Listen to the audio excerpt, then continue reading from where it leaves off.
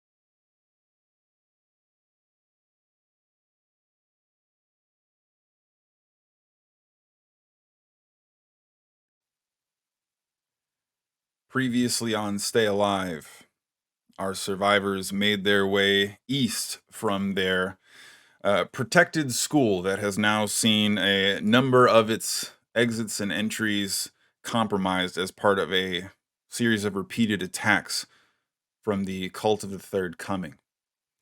One of these most recent attacks ultimately resulting in the children that were being kept safe in the school being absconded to the cultist compound not far away. Traversing through some uh, off track roads and then ultimately a short meander through some of the brushwork and tree line that surrounds this otherwise isolated bastion for the cult group. The party came in loud and heavy as David was equipped with special arc equipment and operative mage following close behind sought to isolate, call out, and antagonize Isaac in the hopes of ending his influence or leadership on the cultists, while Gwen and Adrian sought to separate themselves by recovering or at least locating where the children were being kept. During this time, the party's new and somewhat tentative ally, Charlie, had stayed behind, manning protective overwatch of the truck that saw them ushered to the location, and Operative Taurus, now fully restored with his large rifle in tow, sought a soft, quiet, out of the way place in the tree line as well, looking to provide additional overwatch coverage.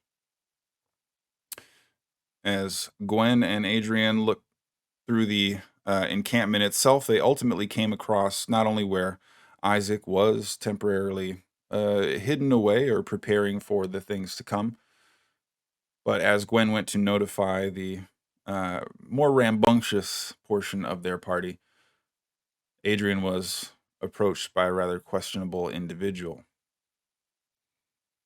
Labeling themselves as Dr. Foster, a unfortunate circumstance and series of events saw Adrian poisoned with a paralytic, dragged away into a secured building, and while paralyzed, dragged into something in the vein of a holding cell before being left there. Fortunately, after recovering David from the party side of the survivors, Mage carried onward following a back and forth from Isaac over the loudspeaker, while David and Gwen looked to retreat back to where Adrian had been left. Seeing that she was missing, and ultimately following the clues that Adrian was astute enough to leave, David used the last fiery burst from his exciting arc weaponry to see the front door of this office enclosure completely destroyed, granting Gwen and David access to the structure in which Adrian was being kept. As this incursion was taking place, Mage ultimately came face to face with Isaac in the isolated and separate worship section of the occultist campgrounds, and a brawl took place with Isaac's unique and surprising strength putting quite a detriment and hindrance on Mage's immediate plans, with Mage succumbing to the effects of the virus and Isaac proving a unusually strong combatant. The last piece of Arc hardware borrowed from his companion operative Taurus saw a automated airstrike launched towards their location, consuming Isaac, Mage, and a great many of the cultists from the Third Coming in its flames. We pick up now with David and Gwen navigating the interior of a office space, the floor draped in a floating misty vapor, 6 or so inches tall, a large array of radio and communications equipment on one side of this office, scattered among the desks, paperwork, and litany of other administrative objects, and a rather ominous and standout large 4-foot in diameter metallic cylindrical enclosure of sorts. This ominous placement cut away only by a staircase that seems to lead deeper into the facility where some of this misty vapor is draping downward. However, with the Zerk immediately outside the door, now resting in a number of pieces, and Gwen and David seemingly safe from their pursuers for the briefest of moments. What happens next?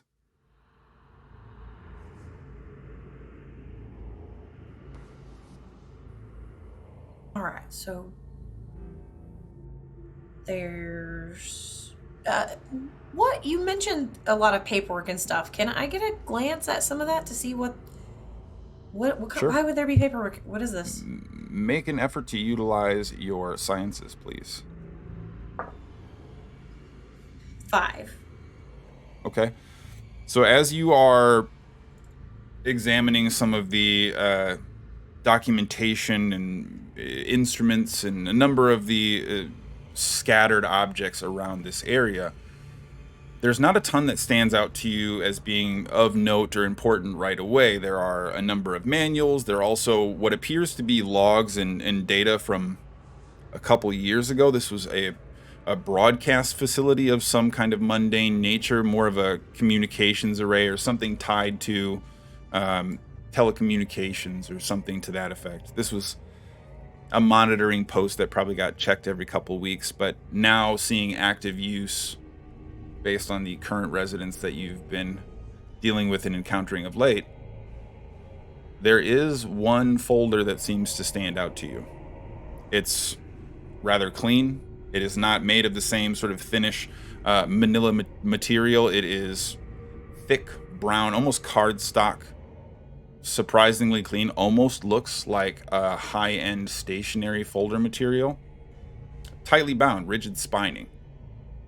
And as you pull it out a little bit, it appears to be anatomical drawings. Your expertise providing you an immediate insight with some red flags. Please make an effort to utilize your first aid. Okay. 17.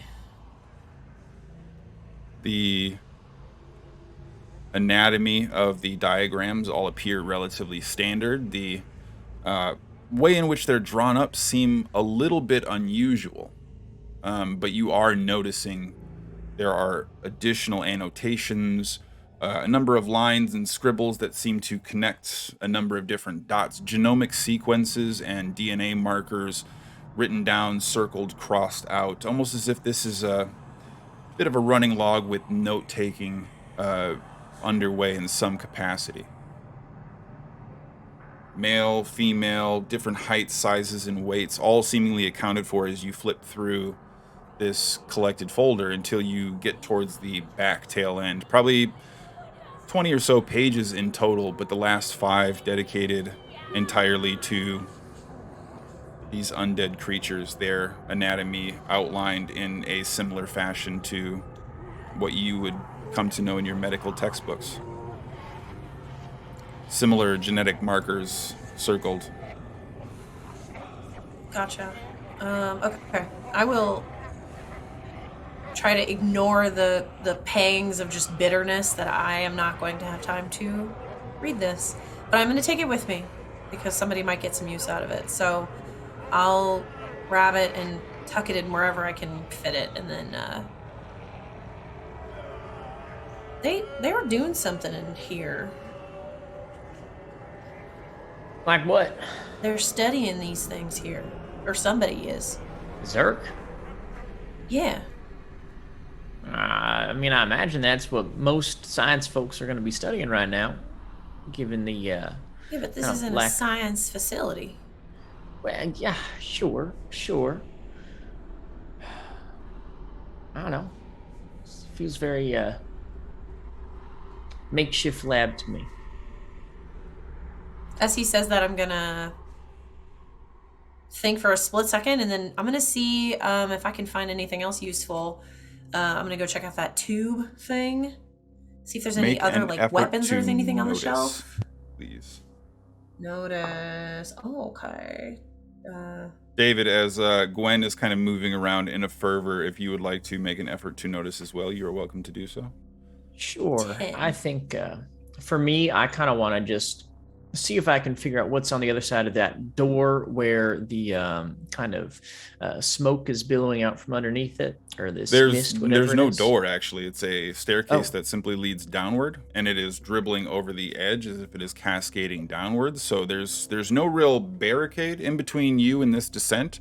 It appears to be a staircase largely cut a swath right through the middle edge of the room. What would otherwise be maybe a standard kind of 14 by 14-ish sort of room has a nice 3-foot section of it that is carved out seemingly by design. This doesn't appear to have been sort of an aftermarket add-on from some of the rickety architecture you've seen nearby, specifically designed to allow access to a deeper portion of the facility. Sure. So maybe I could better clarify.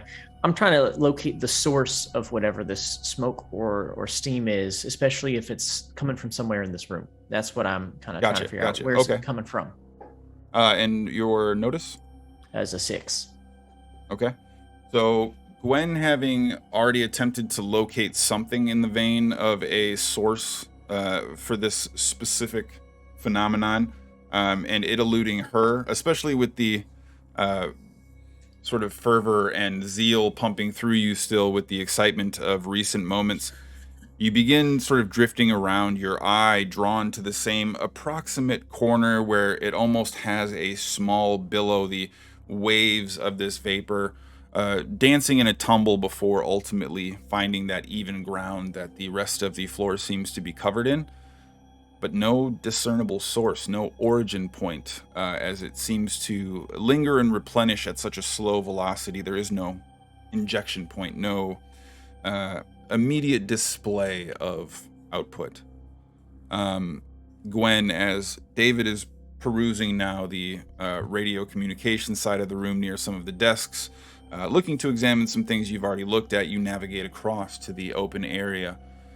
The desks over here appear largely barren and empty. A brown leather attaché case sat flat on top of the desk. Quick investigation reveals that it's been emptied, though still left on top, almost placed neatly, symmetrically to both edges. And directly on front of the metallic enclosure, there does appear to be depressions, a insinuation of paneling and connections.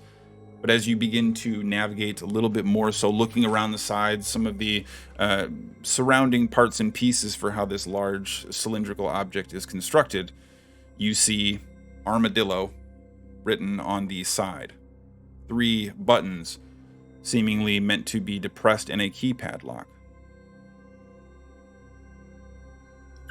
David? Yeah.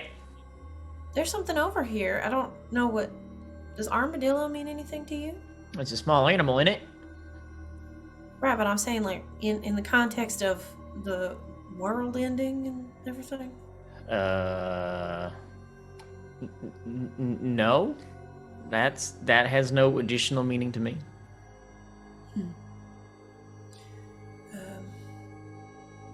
Alright, well... I am gonna assume there's no... I don't know how I would feel. Are they like push buttons where someone would have to make contact with them? There is a standard 10-digit keypad, 3 buttons just below that, and then the text that reads armadillo directly underneath. Okay, well, I don't know how to open this.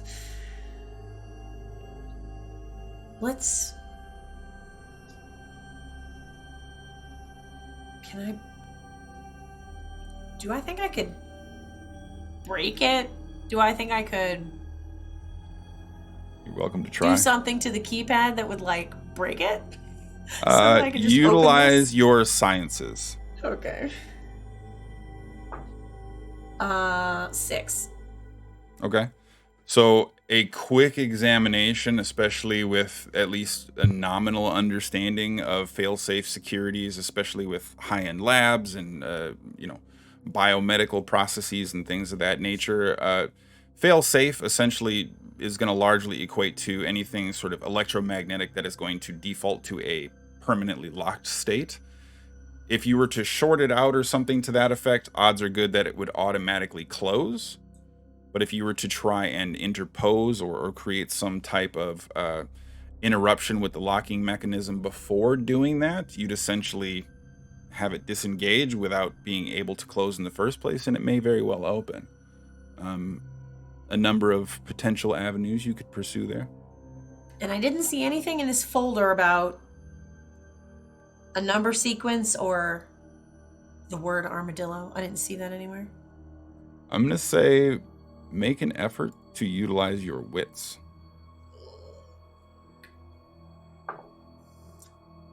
Uh, 8. So looking back, thinking through, just having flipped through some of the folders and documents, not really knowing what you were looking for, some of the first things that you were able to discard was a lot of the instruction manuals for equipment that was going to be too large to carry or inconsequential to your aims. But quickly shooting back across the room, David almost kind of bumped into as Gwen, in this concentrated rush over there, immediately begins throwing papers and documents looking for something very specific until you find what appears to be a habit state container manual. Directly on the front of it, the letter I, a check mark, and then 4 digits, 4668, written underneath it. Isaac, don't forget.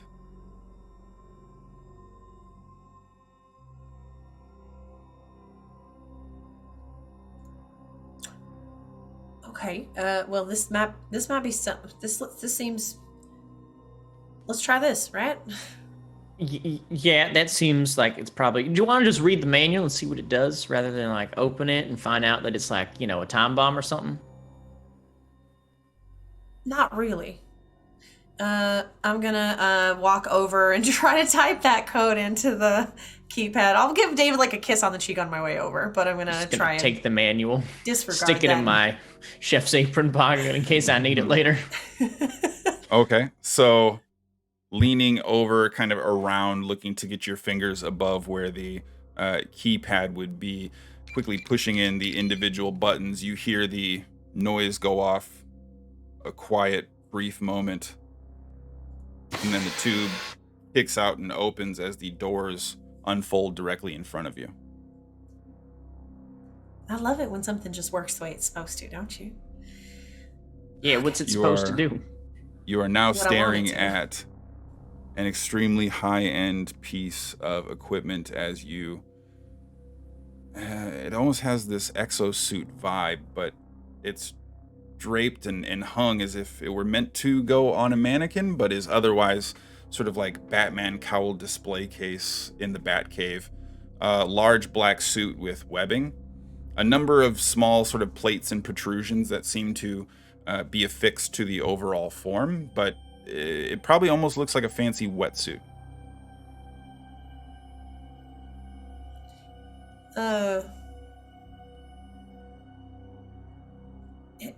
Are you seeing this? I look up from the manual. Uh-huh. I think it's your size. Great. I'm going to read about what this is supposed to do before I touch it. It's the manual is for the safe itself, not for the item inside, right? Correct. It is for the containing unit. I'm gonna grab this thing out of there then. Oh, well, that didn't do me any good. It is very much almost a wetsuit kind of consistency in the fabric. It is surprisingly heavy for what it looks like it should weigh. There's a certain rigidity to it, but it feels like a very large, dark neoprene onesie almost. All right, well, this might come in handy. I don't... I'm not convinced it's my color, but okay. I'm sure you can pull it off. It looks like it's going to be a bit slim, but that might be handy. You could wear your apron on top of it. I guess. Sure. We should find Adrian. Okay. Sure. Yeah, that makes sense. Just going to give his hand a squeeze and stand still for just a minute. And then probably start heading towards the stairs to look down and see what's going on down there. Navigating down these stairs, are you looking to have any stealth to your approach, or are you focusing on investigation and observation for the moment? Both? Can I look really quietly? Let's say if you had to choose one over the other. If I had to choose one, I would choose stealth. And David? I will be kind of following, holding my weapon at the ready, but basically trying not to alert anyone to our presence. Okay. So have both of you go ahead and make an effort to use your grace.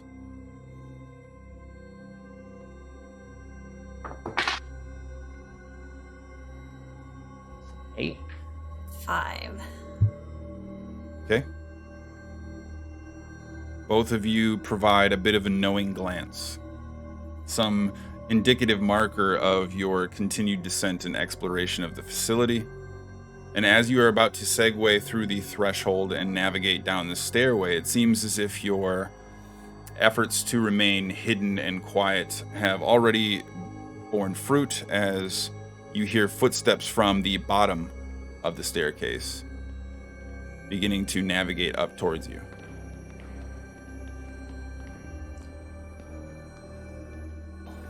What would you like to They're do? like a little like maintenance closet or corner that we could very quickly shuffle into and potentially avoid detection. By the nature of its displayed purpose and the overall dimensions, the armadillo containment unit would likely house a person, but otherwise there's no immediate enclosure or place to sort of hide unless you're looking to tuck behind a desk or under the radio table or something to that effect. Okay. Okay. I guess we're trying to back into the room we came in, and does that buy us a few moments? It's all one big 14 by 14 room.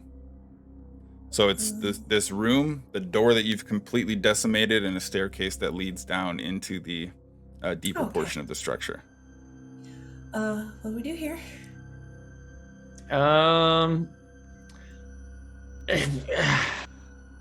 Like, honestly, there's not a place to hide, really, not for two of us, so, The footsteps continue to draw closer. I'm just gonna step in front of Gwen and hold up the firearm, and as soon as I see something, I shoot something. Okay. So in this moment of panic, no immediate plan emerging behind the silent and telepathic communication you're both trying to enact, when you see David quickly move into position directly in front of the threshold of the staircase, aiming the gun downwards, and you see 3 of these cultists robed immediately freeze and are staring up at you, kind of turning to side-eye one another, almost holding perfectly still, waiting for whatever the next series of events to be. The moment I identify that they're cultists, I would like to take 3 shots. This is an automatic rifle, is it not? Oh, you got the one from Gwen, the high-end equipment. It's a good one. I have knives. Burst fire assault rifle, make 3 efforts to be accurate. One of them, your last one, out of desperation. All right, that's an 8. A 10. And a 7. Go ahead, roll a d4. I'll just have you roll 1 for all of them. That's a 3. So as there is this brief moment of infinite silence, when your knives clutched, David, your pulse pounding as there's this quick stare that is no more than a second and a half, but seems to last forever. The cultists' feet slowly shifting. You can hear sort of the crunching dirt beneath their feet as they almost work towards some type of adjustment before this massive burst of gunfire quickly rings out from the interior. Both of your ears immediately ringing for a brief moment. The rapid gunfire in this enclosed space, spared probably only by the large removal of the front door at this point. David, the now trigger-happy survivor, gunning down a large collection of Zerk at the front, now sees the body count rise with what appears to be 3 cultists on the staircase, now flat, lying down. Oh, as soon as I see that they're not moving, I'm going to try to run down and sever the back of their spinal cords as quickly as I can dispatch them. Sure, make an effort to utilize your brawling. I'm going to say that you're well prepared for this as well. Oh, I'm cool. Okay. As this happens, I will move forward and kind of stand right next to them so as to put a foot on anyone if they move and to keep an eye should anyone else approach. A 2? 2. So you immediately go down to the first one. It's a little more procedural than sort of the impact functional aspect of driving the knife. The doctor coming to the forefront more than the survivalist perhaps in this moment. David, as you begin to navigate down in pursuit of Gwen for an effort to assist, you do notice that as Gwen finishes the first one and begins transitioning to the second, your foot is immediately placed on the back of their shoulders. There's this brief moment of them trying to fight their way forward, not completely bereft of life yet. Gwen putting a reasonably quick end to that. However, the procedural delay, the overall sort of the sequence of events taking place, clinging to the very edge of life, almost entirely out of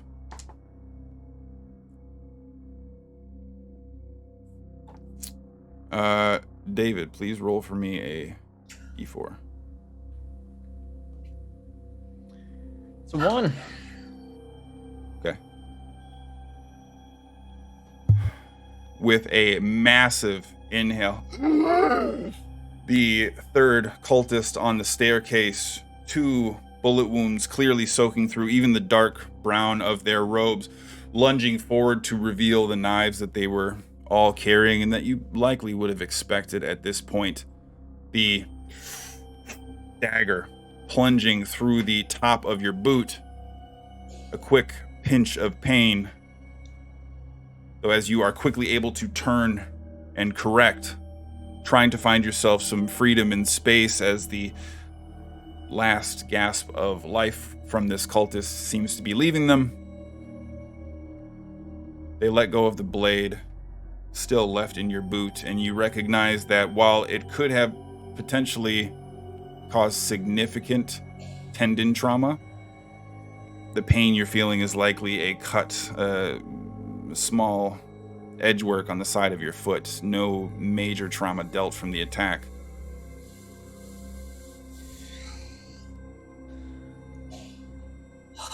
Oh, I would like to just strike them, even though they're on the ground, just across the side of the face with the butt of the gun. Sure. The life leaving them relatively quickly after that.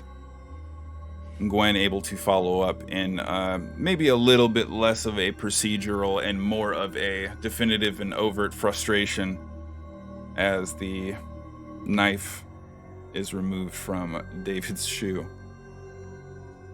But with the welcoming party more or less dealt with and seemingly no other noises stirring from within, that leaves you free to descend as you reach the halfway point or so, and the foggy vapor no longer trailing down the staircase behind you, seemingly not reaching down quite so far. What would you both like to do? Are you alright? You know, I think I'll be all right, but if I start to feel lightheaded, I'll let you know. Okay. Are we in another large room, or is this more of a hallway? More of your staircase hallway, essentially, that clearly opens up after only another 15 or so feet into something of a more open space. It's not like a ballroom, you can tell right away, but the dirt and quality of care continues to decrease as you descend. It's almost as if it's kind of this remnant afterthought, this leftover of whatever this building was meant to function as. Okay. I think we'll move kind of further in, somewhat cautiously. Don't want to get surprised again, but if we get to any kind of stopping place with any sort of light source, I'm going to take a look at David's foot and try and fix it, because no one else is going to do it the way I know I can do it. Okay. Well, as you navigate down into the space, it is rather dark. Do either of you have an immediate light source available?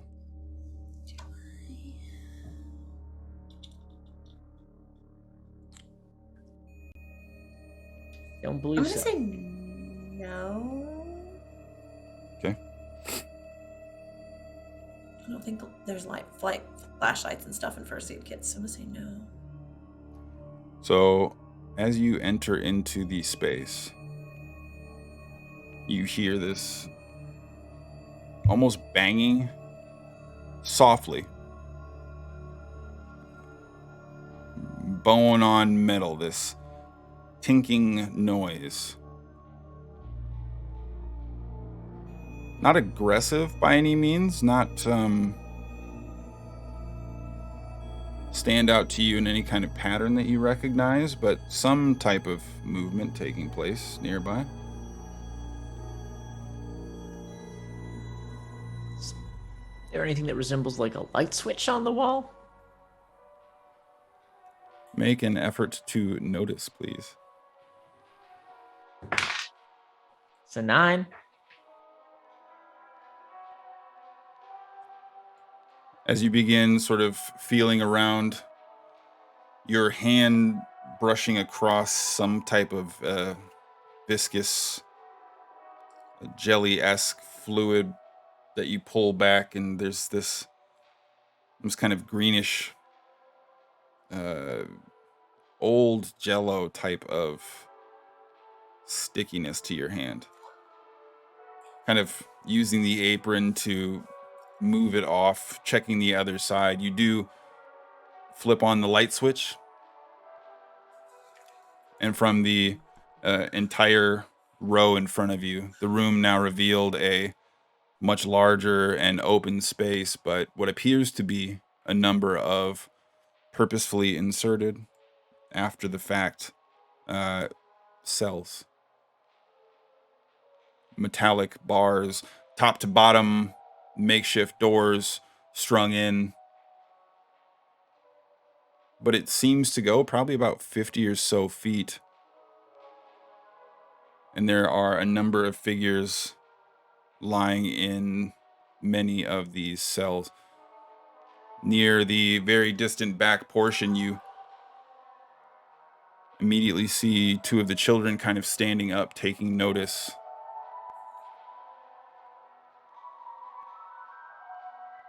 There's a still silence in the area. What would you like to do? Immediate threat assessment. Is there anything dangerous in this room? Make an effort to notice, please.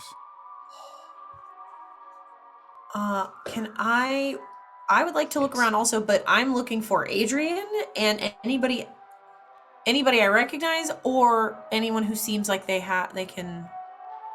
functional and useful. I hate that. Yeah, that's what I'm looking for. Make an effort to notice as well, please, David. Yeah, it was a 6. Okay. 10.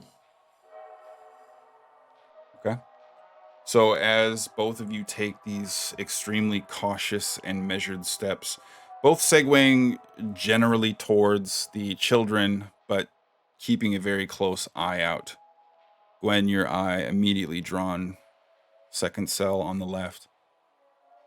Adrian, eyes open, staring at the ceiling above. In an enclosure with an individual that also seems to be not nearly as an obvious paralytic state, but propped or almost kind of slumped up against the back wall a little bit. A large hat obscuring most of their face. Probably a good 5 or 6 feet away from where Adrian lies at the moment.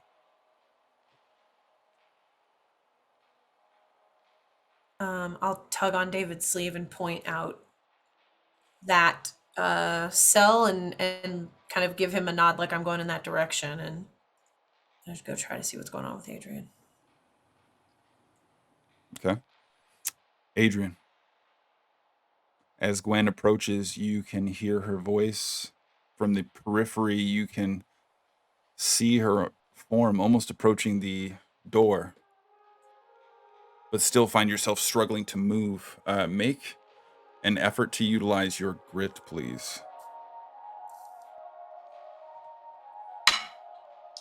4. Okay. Gwen, signs of life emerge as a flick of the finger, a tensing of some of the tendons and musculature, almost this sense of gesturing with still extremely limited movement, but Adrian is very clearly alive and probably under the effects of some kind of neurological paralytic, but is likely conscious and aware for the time being. Okay. Yeah, I think instinctively kind of drop to my knees, check her pulse, make sure like she's in order. Otherwise, Well, you'd have to get into her cell, which is... Oh, can I? Is it locked? Appears to be. Oh, son of a gun. Can It I is jam my a Gemini in cell. there? Is there something I can... How are you looking to utilize the Gemini for prison door opening in this Maybe I can circumstance? is it like chain link where the fence goes like this on each other? It is tall iron bar. Not I'm still gonna quite try like it. a traditional prison, but it is poles and metal inserted in the structure of what would be kind of a jail cell-esque enclosure. Yeah, I'm still gonna try it. I'm gonna try to if it's a padlock type of a thing, or is it like a keyhole? It's built into the door itself, a keyhole Son style. of a gun! Okay, all right. Fuck. I'm gonna start looking around for something I can use to unlock these doors. If there's any kind of like lockbox that's in this room or anywhere they might keep. Okay, Or make I an might effort. actually go run back and check those cultist pockets too, in case one of them has the key. Okay. I'm gonna say make an effort then to utilize. Make an effort to notice for me. Okay. David, as you see Gwen frantically toying with the lock and trying to maneuver some type of knife into the mechanism, ultimately growing frustrated, your eyes still staying somewhat swiveling around the room, you're able to just catch from the periphery of your vision this loud, almost kind of shriek coming towards you as this individual in one of these cells charges towards you, their hand outstretched, trying to almost grab at you. They're still confined within a cell. They are a probably young 20-something female, dirty, seemingly malnourished, wearing the cultist brown robes. But as you kind of take in the sight in front of you, the hand itself is this almost lichen green that seems to be growing around it. The tips of two of her fingers almost necrotic and black. This clear distension of some type of growth-based or viral trauma starting somewhere near her hand and now working its way up her arm as she looks at you with this almost wild vision, not even recognizing you for savior or captor or anything in absence before you hear her start just beginning to laugh at your face. Before again erratically lashing out and trying to grab at you once more. Sit your ass down. You're going to scare the children. And I'm going to keep on walking. And it is then where you see a similar circumstance in the additional cells that lead beyond, occupied by more and more of these individuals, but none of them packed or overly crowded, but one large, heavy-set, entirely naked individual charging directly towards you as soon as you appear in the eye line, their head bouncing into the iron bars, causing them to fall and stumble straight backwards. 3 of these 6 cells in front of you see individuals jumping onto the bars, almost like monkeys at the zoo, racking the bars back and forth in this cacophony of chaos beginning to now erupt in the ground around you. What the fuck? All right, let me do a head count of survivors from the school. Who's here? Continuing to push inward, walking past and by all of these standout individuals. It seems as if the entire collection of children from the school were all led together, placed in the same cell. They are the very standout anomaly from the surrounding environment compared to the very notable and obvious unusual behaviors from some of the other residents of this location. Okay. All right. I'm going to approach them and kind of kneel down beside them. Still keeping one eye at the cells where these strange individuals are. So, hey. What's going on, David? We're going to get you out of here, all right? Just give us a minute to get these cells unlocked. Can Y'all been hurt? you get us out? Yeah, we're going to get you out. Y'all been hurt? You okay? No, we're scared and hungry, David. Can Yeah, you get we're us gonna out, please? We're going to get you out. We're going to get you some food. Don't you worry now. And another younger boy, sort of kind of right on the cusp of being able to intelligibly speak. We want to go. We want to go. Let's go. Yeah, we're going to go, but we're going to have to be careful when we go, okay? Some scary people out there, right? Let's go. Okay, hang tight for just a minute. I'll get this door unlocked for you. Okay. Hey, And you good see them job. all in this mass, this shuffle, almost like a swarm, kind of push themselves back into the corner as much as they can, as you again hear this sort of eruption of chaos from the surrounding environment, these cackles, screams, laughs, these shaking parts and pieces all around you, standing out as extremely off-putting. Just gonna give them one more look. Good job, kids. You've been real brave. I need you to be brave for 10 more minutes and we're gonna be out of here.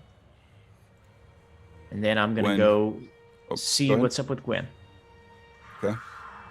It's right about this time that she is now coming back from investigation of the cultists on the stairs, able to easily dodge the sort of gnashing jaws from two of the three that didn't immediately find their cerebolic end.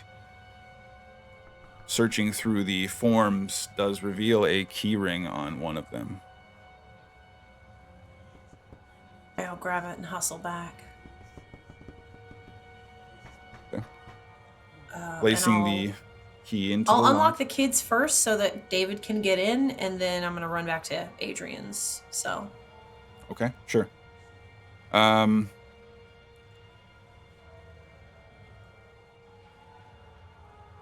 As the kids file in and begin quickly pushing towards David,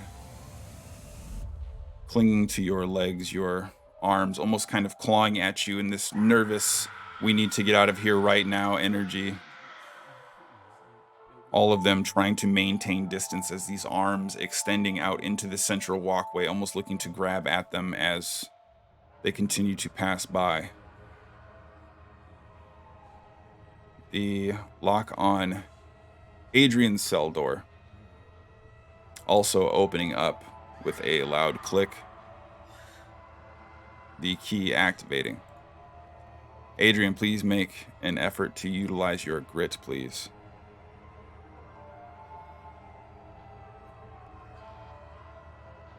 Vera.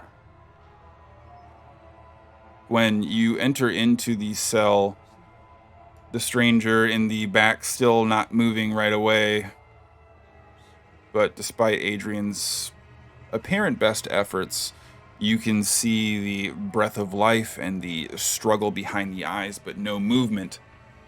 Seems as if Adrian is still currently feeling the immediacy of the effects from the paralytic agent that she was infected with.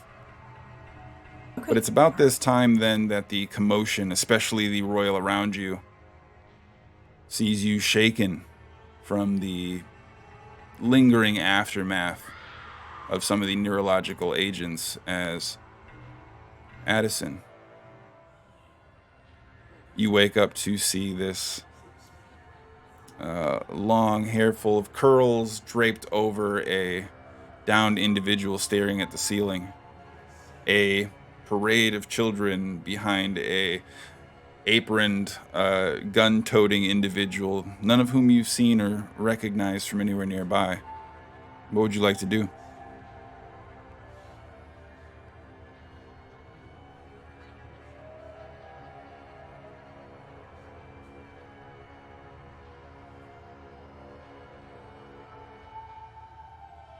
The cacophony of noises nearby, drowning out your immediate intent, but go ahead. Howdy. Sorry. Are you able to walk?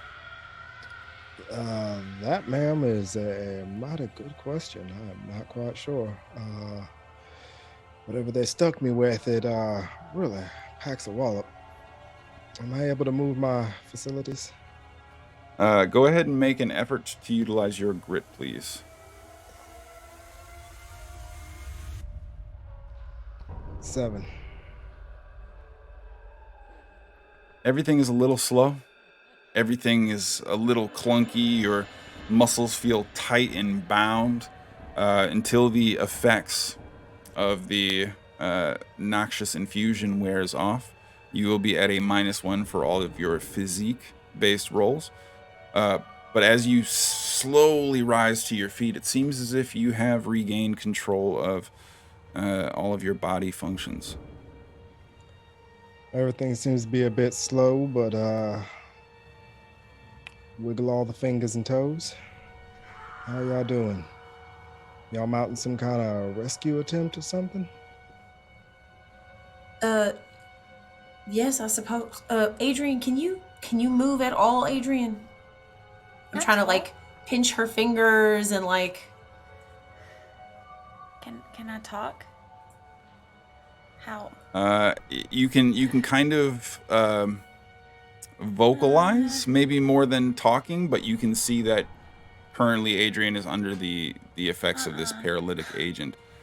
If the unknown companion near the back is any type of indication, it's likely not very long lasting. It's probably meant more for immediate incapacitation than some type of prolonged or long-term withholding, but otherwise Adrian is still having difficulty recovering. I'll actually say go ahead and make an effort to endure, please, Adrian. Okay. And actually, it's been a little bit. Gwen, why don't you go ahead and give me a effort to endure as well? That's rude. 5 for me. 7. So, Gwen, continuing to stave off the worst of the effects thus far, your form and focus has been rather stellar and exemplary given the circumstance. But as you see this brief burst of life return to Adrian's behavioral form, a squeeze of your hand is quickly followed by some of the blinking of the eyes to try to correct for the extreme stinging and dryness that they were experiencing. Some of the smaller motor functions returning to you. Speech, digit movement, extremely disjointed large-scale maneuvering as you can kind of feel your shoulders begin to rock a little bit under your control. But as this improvement takes place in Adrian, Gwen, you notice a similar acceleration of your condition as well.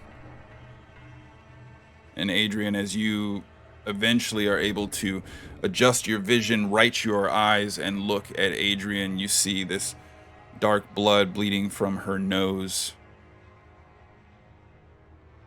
Small, not particularly concerning in any other circumstance, with the exception of the black veins now creeping higher up on the side of Gwen's neck, entering stage 2 of the infection. You take a -1 hindrance to your wits and your your wits and your savvy, and your physique and grit efforts will be made out of desperation. What would y'all like to do? Gwen, you're all right? Well, not really, but we gotta get out of here immediately. I'm gonna try to, as best as I can, help Adrian get up. Turn to the new person that was speaking. We're leaving if you're trying to come with us. If I didn't want to impose, but if you don't mind, I can certainly help you get your friend out of here. That would be great. Yeah. I'm gonna help her loop her other arm over Addison, and then try and get everybody to the heck out of Dodge. Yeah. All right, so I'm going to say, Addison, go ahead and make an effort to utilize your physique, well prepared with Gwen's assistance.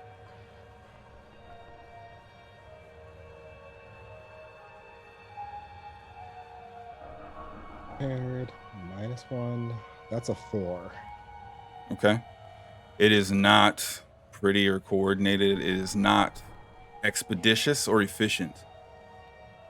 But the 2 slightly tranked individuals and the 1 slowly dying from infection individual manage to muster the forward progress of a whole, healthy person as the collected force of you eventually files in behind the parade of children that David is still trying to very carefully usher forward outside the grasp of some of these detained individuals. It is a little clunky and certainly not particularly easy to coordinate, but you are all able to navigate forward. Adrian slowly regaining use of her faculties. Addison more or less under control of his own form and just struggling a bit to compensate for Adrian's, the easement of which Gwen is providing in your trio of forward progress. What would you all like to do?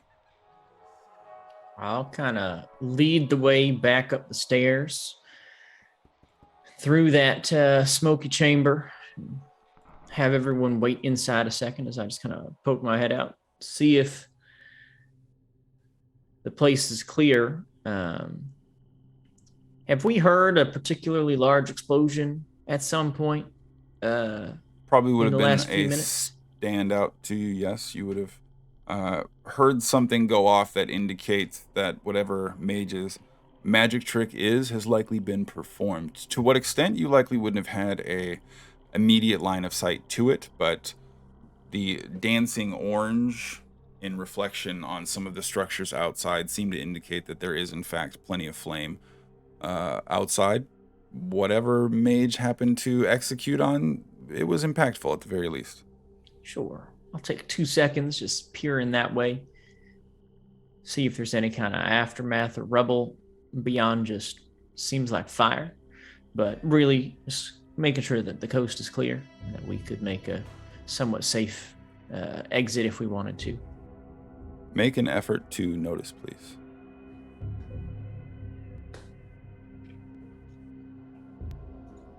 It's a 6. So as you are quickly taking a look around, you see some of these shambling forms completely ablaze, draped in this dancing red and orange flame, some of them stumbling aimlessly, some of them immediately falling forward, the perfect concerted window for you to take in these observations.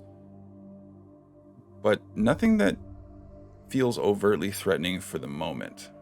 You still can hear some of the Zerk nearby, their peripherals, letting you know that there's clearly something kind of in the immediate surroundings of your area. But based on your quick observations, there's one thing that catches your eye perhaps above all others. As the day has now cut into night and the straightforward view line that you're looking at is now illuminated with this brilliant orange or black night from the tree line. There is little distinction you can draw other than silhouettes at that level, but the night sky, now beautifully illuminated with stars, and the moon that is just rising into an angular view, you see this swooping form cut directly across it. Small and perhaps somewhat distant, but further away and smaller, another few flutters that seem to indicate a collected force of frustratingly recent and familiar experience. Your focus on these creatures, drawing your eyes away from the Zerk that had stumbled up near you. Quickly getting the better of your positioning before you hear this loud shot ring out and this Zerk completely explode. A trace around from the tree line disappearing through the Zerk, but no sign of what could only be Operative Taurus providing additional coverage and protection for the moment. Just kind of lift my gun hand up with the firearm in that general direction before I look back in. Okay, so we're going to get out. And we're going to swing immediately towards the tree line over there. We're going to try to move as quietly as we can. And we're gonna pray to God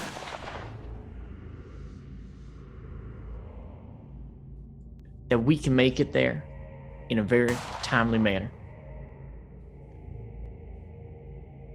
Don't look back. Don't look up. Move as fast as you can. While he's speaking, I'm trying to like help the kids hold hands because I've seen Adrian do that. There's something about if they're holding hands, they're more functional. I don't know exactly, but I'm trying to link them up into a buddy system.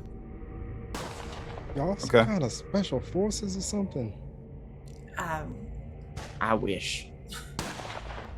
Nah, special forces, well, 50% of them are dead right now, but hopefully that gunfire outside is a friend and not a foe. Hopefully. Pretty sure it's a All friend. right. All right. Whatever you say, Mr. Apron Man. All right, let's move then. As you are about to make this segue outward, what is your current marching order approximately? I'm going to step out first and do an immediate 360 sweep, and then going to try to lead the way, but like moving and stopping and making sure that everyone's safe, and then moving and then stopping and make sure everyone's safe. I'm moving like probably 20 feet at a time, but then stopping and making sure that everyone is moving and not being attacked. So, Adrian, for the most part, you're slowly kind of getting this clunky locomotion Okay. back to your legs. So Addison and Gwen really the only two that I'd say are kind of in like full control of any kind of reactionary faculties for the moment, at least. But all of you sort of in unison as you see David quickly charge out, almost trying to provide this action starting gun for the children within. As you're helping Adrian navigate up the stairs, you hear this cry from down in the containment area below as you see this younger female kind of crawling towards the central walkway, reaching out, looking to try and gain your attention. Is that young woman wearing a brown robe? Doesn't appear to be. Tattered and torn, probably something in the vein of a black, almost kind of pseudo crop top, or would have been a t-shirt at one point and is now just tattered enough to look that way from a distance. Most of her arms on what is fairly fair skin, especially compared to the dark drabness of the empty black below, a bit of a standout. But she is probably also experiencing some hindered mobility and is trying to use her arms, which she has control of, to try and claw her way forward without the opportunity to really get on her feet at the moment. She's at What, the bottom if of the stairs anything- and we're at the top. You can just barely see her from the cascade of steps. Okay. I'm okay. Do we? Can you help the? I'm gesturing to the kids we're trying to like usher out behind David. Yeah. I can. Yeah, I can do that. I'm gonna look back at this individual who at least seems like they're more aligned with what we experienced rather than our captors. But I'm not gonna be able to do a whole lot with my own lack of mobility at this moment, but I will continue with the kids on my own 2 feet as best I can to leave them. So make an no effort help. to utilize your... I'll give you grit or endurance at this point. Okay.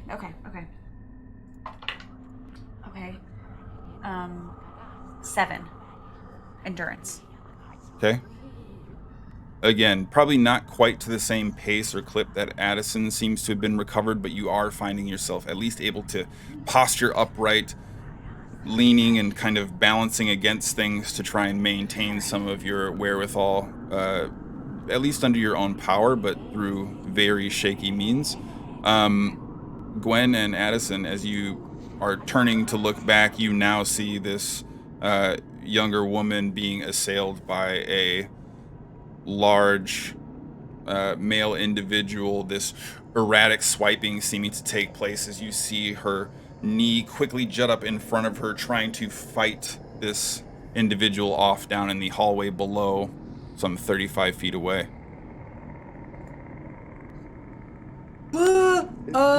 Is that a friend of yours? No, I'm fumbling around in my coat frantically for this tiny little pistol that I have just had and haven't used.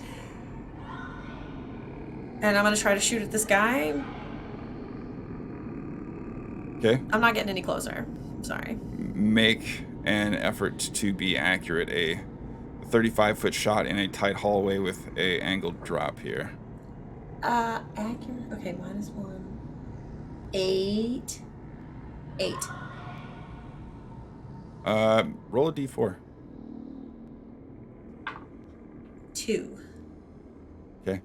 So as the shot rings out from the small pistol, you see the bullet cause this ripple in the large form, this sonic wave passing through before the face, now with this almost bluish green viscousy liquid draped across one side of their face. Oh, fuck. Addison, run. Yes, Nope. ma'am. Nope. Sorry. I do what the lab coat lady says. I start running. And you hear this sort of aggressive and painful slamming. The echoes of these laughs again kind of ringing out through the interior downstairs. No. Leaving. David, make an effort to notice as you breach into the surrounding environment of the third coming compound. It's a 9. Okay. Moving, you already have the definitive impression that Taurus is looking to provide some form of protection, some type of collected observation of your form. The kids, short-legged and very awkward and terrified, all beginning to navigate and move forward with you. And seemingly doing an okay job of not only sticking together, but trying to remain focused as the gunfire begins to grow louder and louder. You see now these massive, almost cannon-like bursts from the tree line, causing this huge ripple in the leaves before you see this beam of light go by faster than you can blink, and the explosion of viscera taking place at some vague distance behind you, trying to push forward. At that point in time, towards the very end of the compound, dividing you from the tree line beyond, one of the probably very few remaining clutches, these pockets of Zerk being drawn to the loud noise, both from Operative Taurus's rather notable rifle and the sounds of the previous explosion and the commotion from the office building. You now find yourself with a line of Zerk dividing you from the tree line beyond. And of the dozen or so that seem to be filing in, half a dozen on each side, with an interspersed and staggered mix of each one of these groups beginning to separate, one going towards the tree line, one going towards you, about a half dozen Zerk aimlessly shambling towards you and the children. What would you like to do? Well, the Zerk headed towards me. I would like to shoot down, try to make sure that I can clear the way for the kids first. And Taurus can take care of himself, and I'll keep an eye on him as soon as I can get these immediate threats to the kids down first. And as I'm taking these shots, well, you know what, never mind. I'm just going to take shots at the Zerk for the time being. Okay. Start with 2 efforts to utilize your accuracy. Adrian, as you are slowly now kind of returning to control, your reactionary ability is probably extremely diminished, but your cognitive function and some of your purposeful movement now returning to you. You see that this barrier of Zerk now are presented in front of you as David begins rising the weapon up to try and provide some type of immediate disbursement for them. The children in front of you begin to panic. A nervous, shivering scream that sort of seeds itself from a whisper, now turning into a full-blown whimper on the edge of crying for many of them. Hey, look at me. Look at me. We're okay. Everything's okay. Miss Adrian, what are we gonna do? Mr. David's gonna take care of it, okay? You look at me. You look at me. Nope, look at me, sweetie. We're gonna be okay. All right? I'm not gonna let anything hurt you. Okay? You just stay right here. Stay right beside me. I know. I'm gonna take their little. I'm gonna start to take Well, they're holding hands. The ones that are panicking the most. I'm gonna put my hands over their ears, and I'm gonna just make an effort push to myself. influence.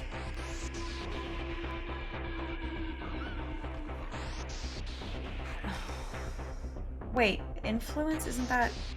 You mean diplomacy? Sorry, diplomacy. Okay. I don't know where my physics went. Oh, that's only a 5. Okay. These children are happy for guidance and direction. They are desperate to cling to any form of safety, and fortunately a familiar face, even amid the chaos, is seemingly enough not to still their nerve, but certainly at least keep them focused and on track as the gunshots continue to ring out nearby. Do I have my scissors? Yeah, they weren't taken from me. Okay, perfect. I'm going to push myself kind of in the middle-ish. I'm trying to keep an eye around, not just where we're seeing them from. But I will put myself in a position where if I need to step out, if they get past David. Okay. They're not getting to these kids. Well, we'll see. David, what was your effort to be accurate? It was a 9 and a 10. Okay.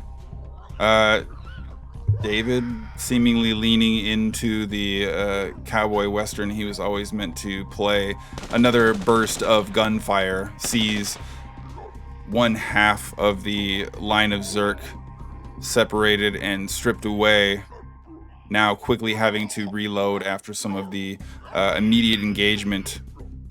David, only 4 of them advancing towards you at this point in time. Operative Taurus currently working on, in some capacity, the elimination of those for the attention that he has drawn at the moment. But it is likely, Adrian, you are going to encounter David being able to fire off some shots, and if successful, it would probably be okay, but overall volume, timing, distance, it's likely he won't be able to interfere with all of them in time.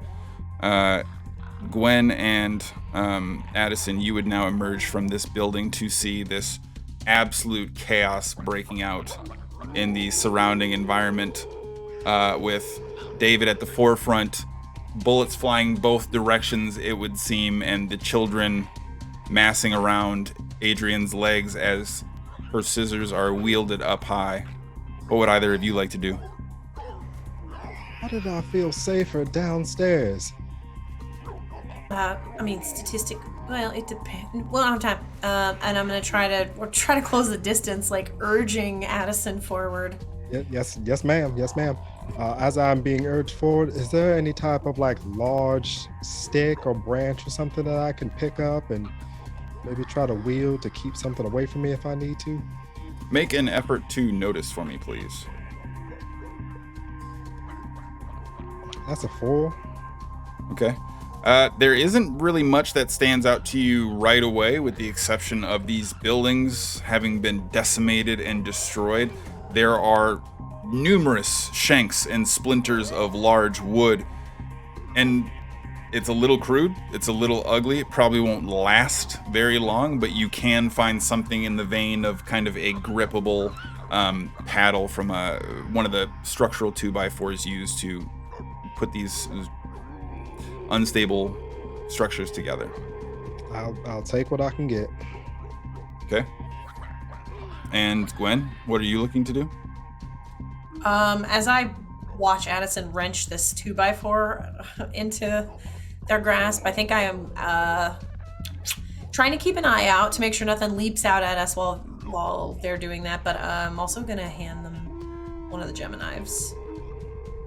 Okay. Oh. It comes in a set, but the other one's going somewhere else. It might help. No, thank you. Thank you. I am very appreciative. Okay. As you are continuing to push forward, I'm going to say, Addison, make an effort to brawl. Adrian, you can make one as well. And David, fresh off your reload, I'll have you go ahead and make an effort to be accurate, please. Gwen, are you looking to assail any of these Zerk in front of you? I think I'm gonna keep my pistol as steady as I can in case any of them manage to get through multiple adults in this group. Okay. Waiting for the one straggler. Okay. Addison, your effort to brawl. That is an 8. Okay. And Adrian. 4. And David. 12. So, not necessarily finding sure footing as you charge forward, Addison. You at least find a stable enough foundation for a little bit of a setup, a brief moment of pause, and then this quick wind up as this shambling Zerk with no wherewithal for its own defense or circumstantial surroundings immediately takes one across the chin that sees the lower portion of it separated and go flying. Adrian, as one is coming towards you, there's a bit of a wrestle, a number of piercing stabs into the chest with this pair of scissors, but the wound into your lung, the lingering effects on your form, not enough to maneuver entirely to find a lethal kill right away as you hear David, once again, let off a burst that sees a collection of 2 Zerk quickly pared down. Before this Zerk is, we'll say, fully in position to make any efforted attempt to assail Adrian any further, Gwen, you'll notice that Adrian had a brief moment of struggle, separating herself from the children, trying to block it off with a forearm to drive the scissors in. She'll be bowled over due to lack of control of her legs, or bit, or worse. And you'll have an opportunity to cover for such a circumstance. Okay. Make an effort to be accurate, please. Okay. Let me just read through all my hindrances. Okay. 5. Okay. Roll a d4, please. 4. With a loud pull of the trigger and the expulsion of the round, as this clicking teeth begin moving towards your face, Adrian, the entirety of it immediately erupts in this cascade of bone on the opposite side as you kind of finish pushing the Zerk away from you, retrieving your scissors from its sternum as the form now begins to fall over. You hear 2 more loud blasts from the tree line beyond as you see Taurus now step forward, looking around. Doesn't say anything right away. Let's go. And he turns and steps back into the tree line. If we've got a clear path, I will reach down and take the hand of the frontmost kid and start moving them forward about as fast as their little legs can go. Yeah, let's run. And they all begin charging after you. There's this kind concerted effort of pitter-pattering feet to try and maintain pace. And after leaving the administrative building, it's probably only another 75 or so feet before you've moved past this immediate obstacle, pushed through the clearing beyond the edge of the perimeter, and now find yourself amassed in the very edge thicket of this wooded area nearby.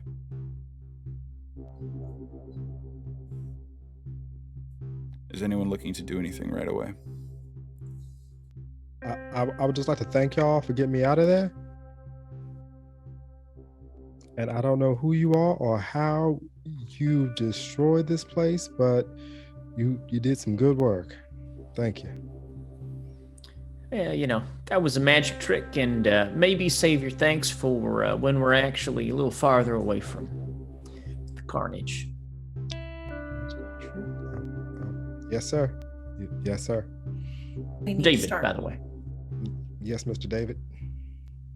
We need to get to the truck. Yeah. That's Gwen. Miss Gwen. You see Taurus now kind of cradling the gun, almost kind of a tentative posture, not looking to aim or take stock, sort of staring at the interior, watching the flames, kind of perusing back and forth. Come on.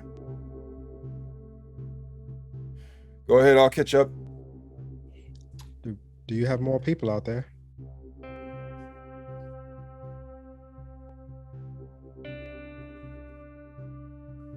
I'm gonna step up No. next to Taurus and put a hand on his shoulder and just show him Mage's arc patch that he gave me.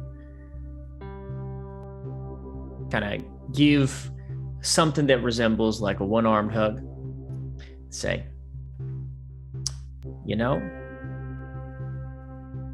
I didn't get to see it.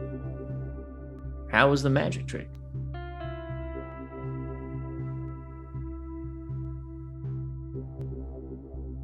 You could always blow me away. Let's go. We gotta move.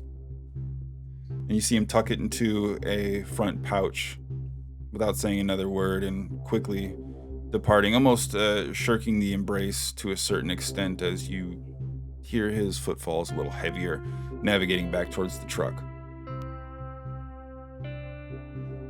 Just follow. Yeah, Same. try to help corral the kids.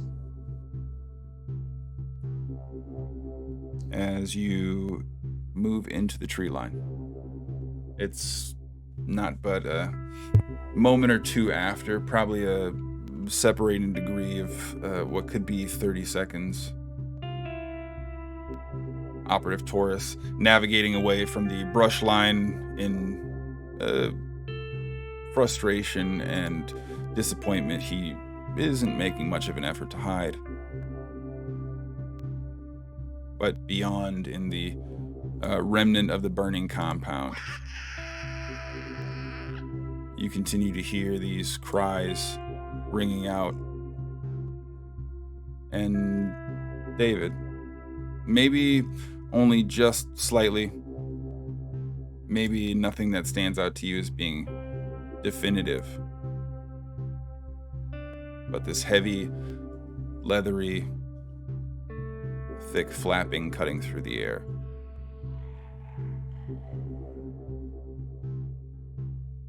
Yeah, we need to move quick.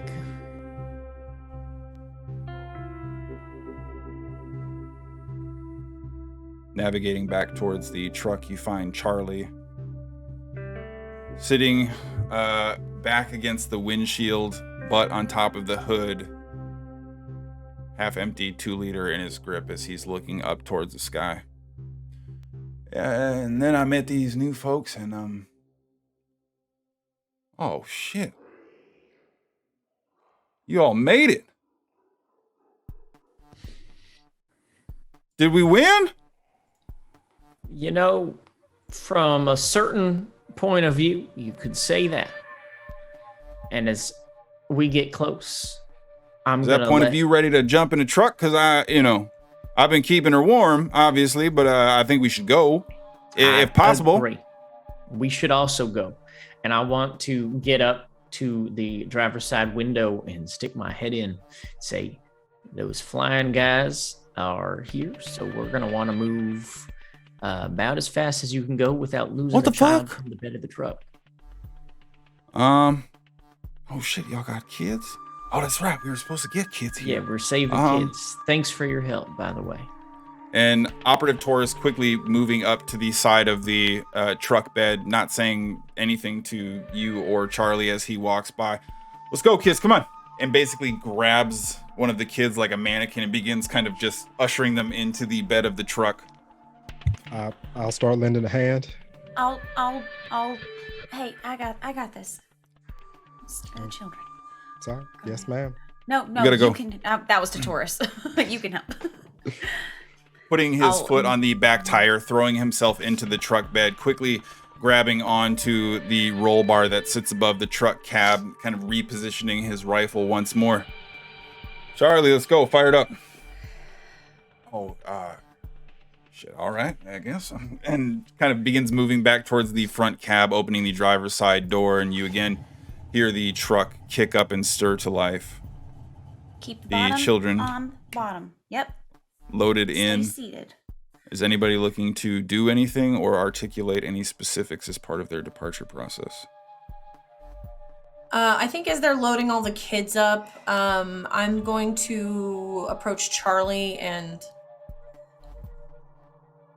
there's What's up? we're going straight to the school.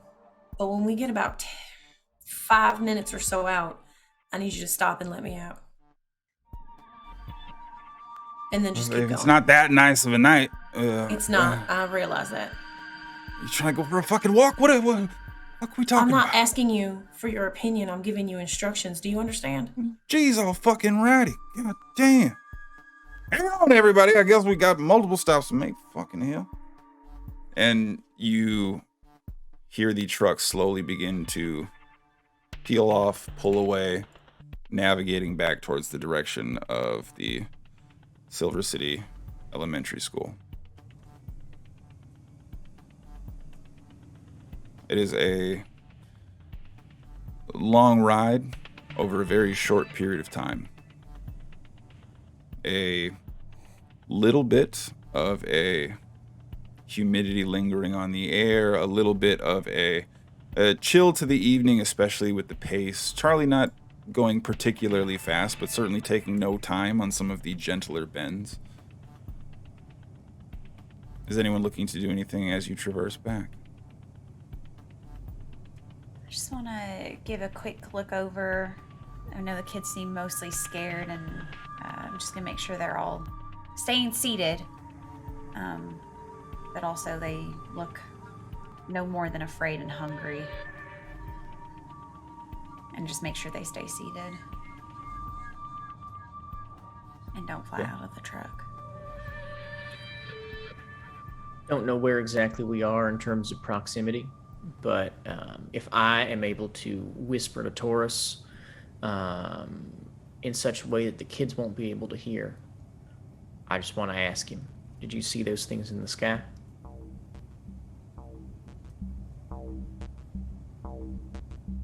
Yeah. That code you gave me before. Yeah. It's an activation initiative.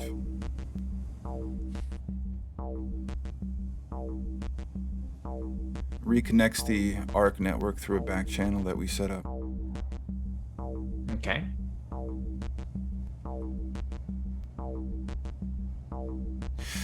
The only reason that we would do that is if we were facing overwhelming odds.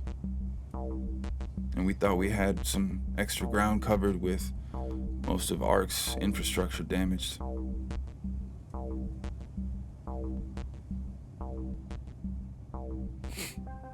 Operation Starlight was ARC's backup plan. Okay. Are you saying that flying bat zerk is something that would warrant Operation Starlight? I wish it was just that, David. Things are about to get a lot worse before they get any better. You got any good news? I'm almost out of ammo. I might have Lost a my little bit friend. of that. And seems as if maybe we traded 12 kids for 2 of us, and we've gotten no closer to what my mission was supposed to be.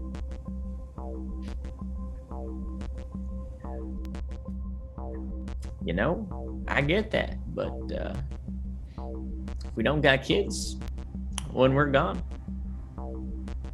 what is there?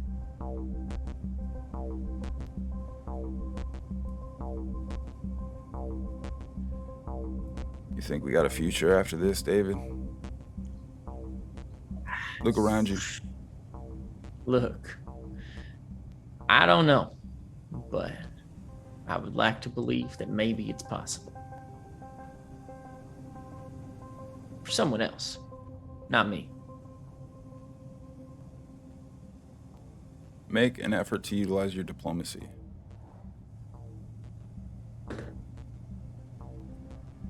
Three.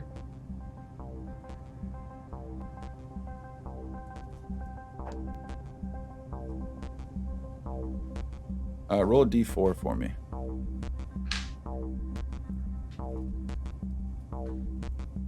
It's a 3. So there is this brief hesitation, this moment of pause on Operative Taurus's face. You see him grab the barrel and put his large rifle down, butt first in the truck bed. Kind of reaches onto the side, rips this patch off of his arm, this bull's head in the middle of the arc symbol that you've seen before.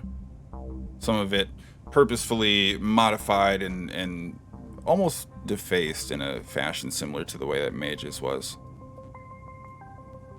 And you see him take 2 fingers and flick it off the edge of the truck to see it sort of flutter and cascade into the wind before disappearing somewhere behind them.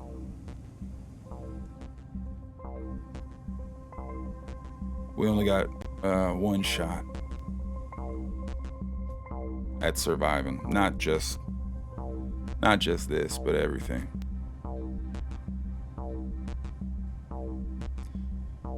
Suppose I've been curious to see what the 2.0 of the Xercules look like anyway, so.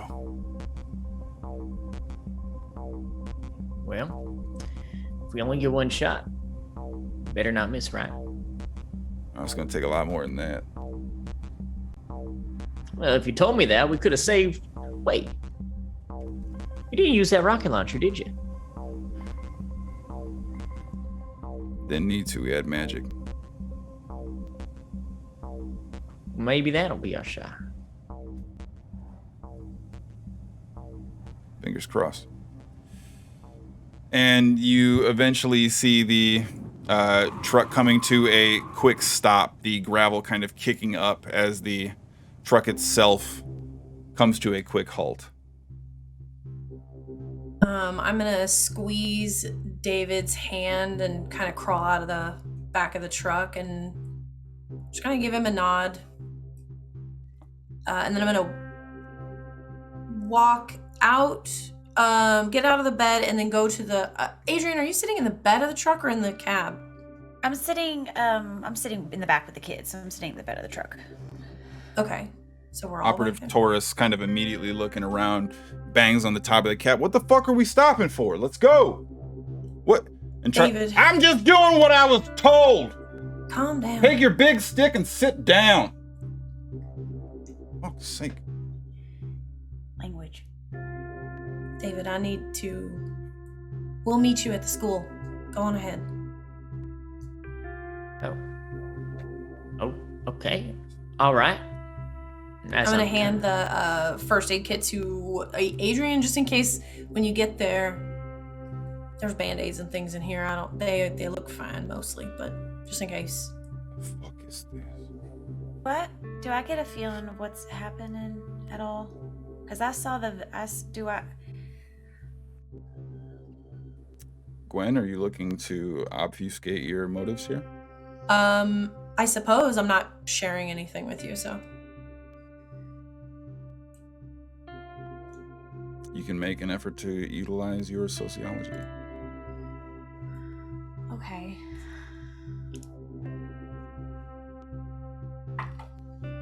Five.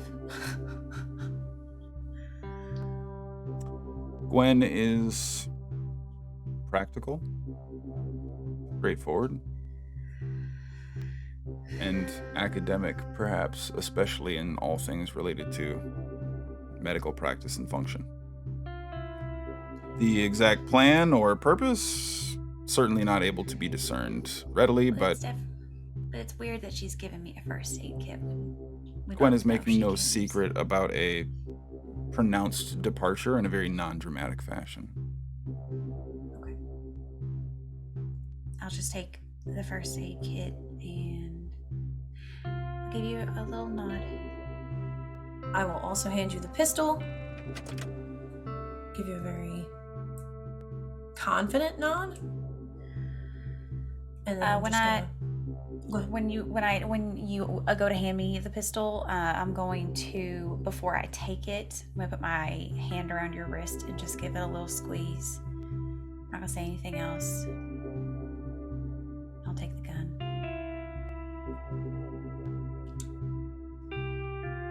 Okay. And then I'm going to, step away from the truck, wait for David, hopefully, to crawl out without issue. Disembark and give her maybe a quizzical look, but yeah, y'all can go ahead. I'll be there in a minute. Charlie, let's go. He pounds on the roof of the truck once more. Ma'am? The car slowly pushing forward. As soon as they're kind of out of range, I will turn to David. Don't feel well, David. It's gotten worse. I will likely make it through the night, but it's going to get pretty ugly. Quickly. Oh, okay. I think all of the exertion has sped things up a little bit, unfortunately. Can I take her hand and hold it in both of mine? So,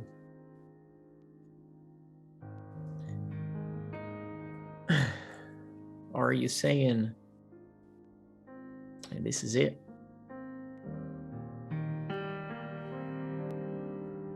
Yeah, I think so.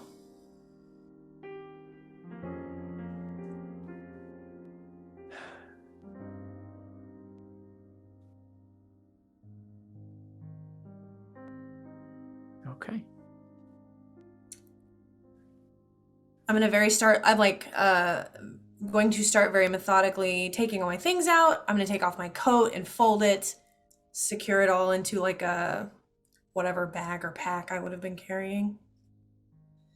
And I'll help David put it over his shoulders, and let's walk, maybe. For a little bit. Sure. Kind of take her hand as we go for a walk.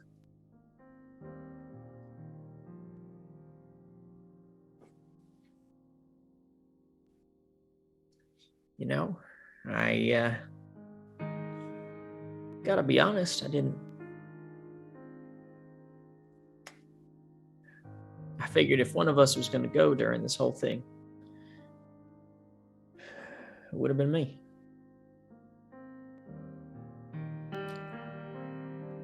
mean, sweetheart, statistically, I'm the one that kept getting kidnapped, so I feel like this is the correct outcome. I'm sure, but, you know, people kidnap you because you're beautiful, because there's value that they perceive that to have, not, you know, right?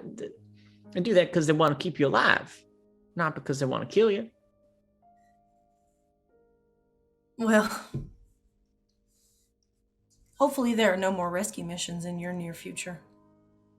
Oh, I think Taurus has already signed me up for one more.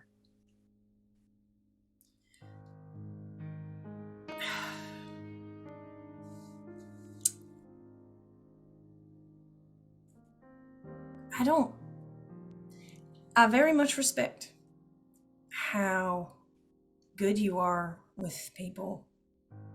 I've kind of envied it, honestly. But you are just as important as anybody else. There's no sense in you losing your life for somebody else. So please just... I would implore you to just maybe take a more critical stance to the approaching the whole rescuing people. Sometimes people can't be saved. Sure. Sometimes So- they can. Sure, that's true. But if they can't, please don't go out like a hero. What a waste.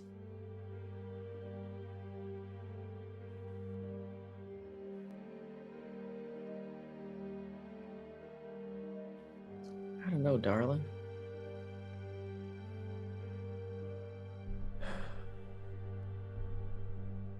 Isn't that something like in the Hippocratic Oath? It's like, always do good or something?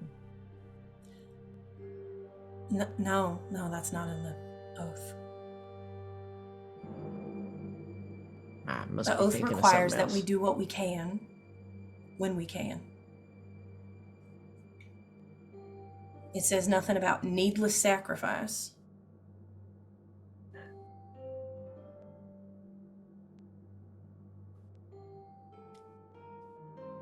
One of us has to make it to France. I need it to be you if it's not going to be me. Maybe I don't want to go if I'm not with you.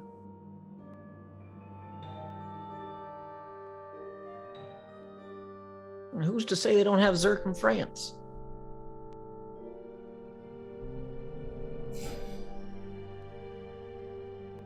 Well, no one, I suppose.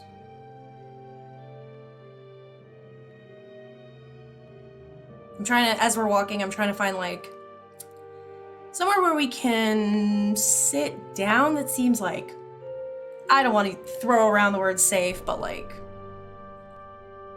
There's a number of reasonable. sort of large clearings. This entire area is largely vegetation with a mixture of fields and some very loosely rural cultivation, if you will.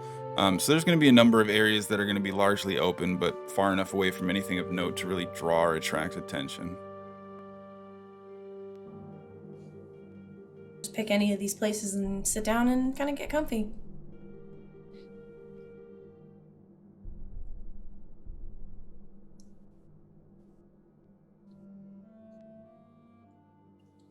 Darling, I don't know if I can do it. Well, that's why I advocated that you didn't. But now we're Oh. here. I'm not talking about this. I'm talking about what comes after this. What do you mean? I don't know. It just seems like my whole life before I met you was just leading up to finding you. And then, ever since then, I'm either doing everything I can to take care of you, or when we're apart, doing everything I can to get back to you. I don't think I know how to go about my day if there's no Gwen.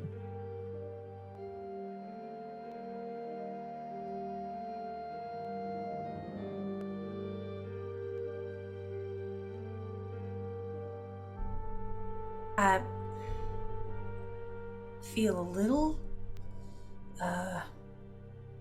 underqualified in this moment. I don't think I can provide you with anything you couldn't find in a textbook. But I can say that tomorrow you're going to wake up, you put your feet on the floor, you're going to do what you always do. I imagine it's going to be unpleasant for a significant amount of time. But it typically wanes.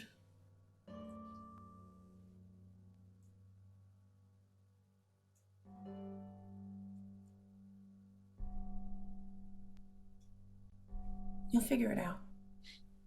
I wish I didn't have to go. I know.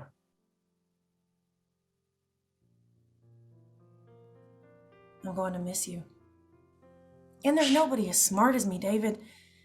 There's a lot of really good information in this bag, and the number of people that are going to know how to use it is devastatingly small. But You're telling me? I don't even read these textbooks you think I've read. just make sure this gets into the hands of somebody who can use it if you can. Sure.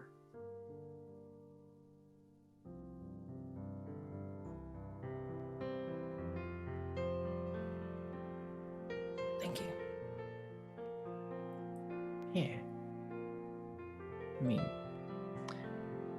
I know I'm not always best expressing it, but you know I'd do anything for you. So, I absolutely do that. I know. Good. Okay. So, this is the hard part. Yeah. And I'm going to start just step by step laying out everything he's going to need. First, a tranquilizer that's going to put me under, and then I'm going to walk him through the process.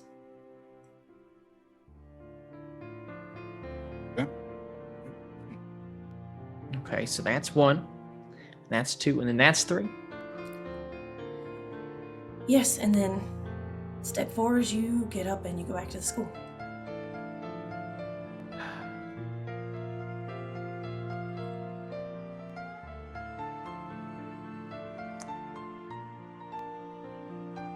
Gonna kiss her.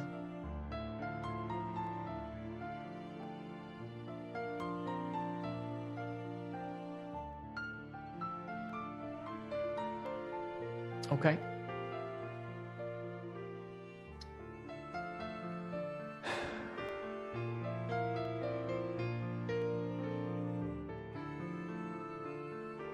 So I prepared to go through with this. Kind of grabbing the first thing that I need. I'll just take a moment and look at her one last time. Just say, hey, you know I love you, right? I know. I love you too. And I'm gonna crawl into his arms and go to sleep.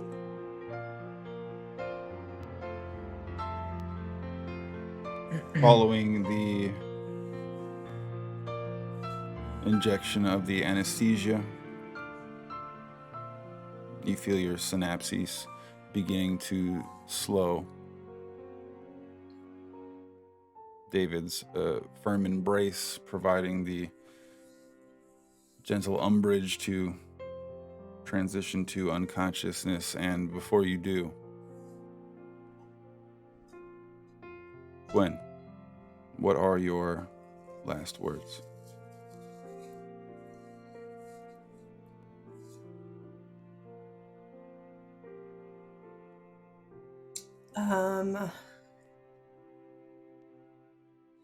I think I just kind of nuzzle in as tight as I can and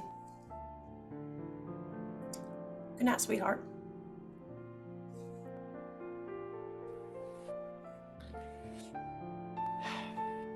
Good night.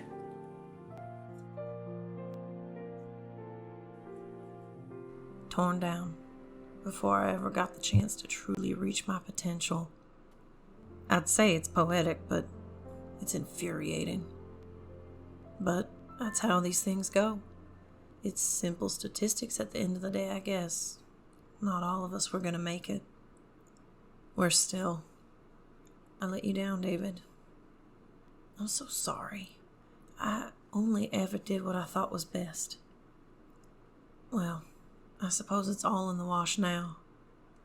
I wish I had more time, but this is where I leave you.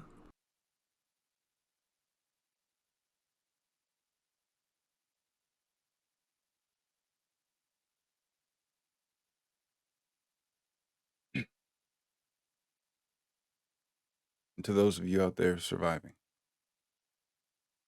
stay safe, stay alive.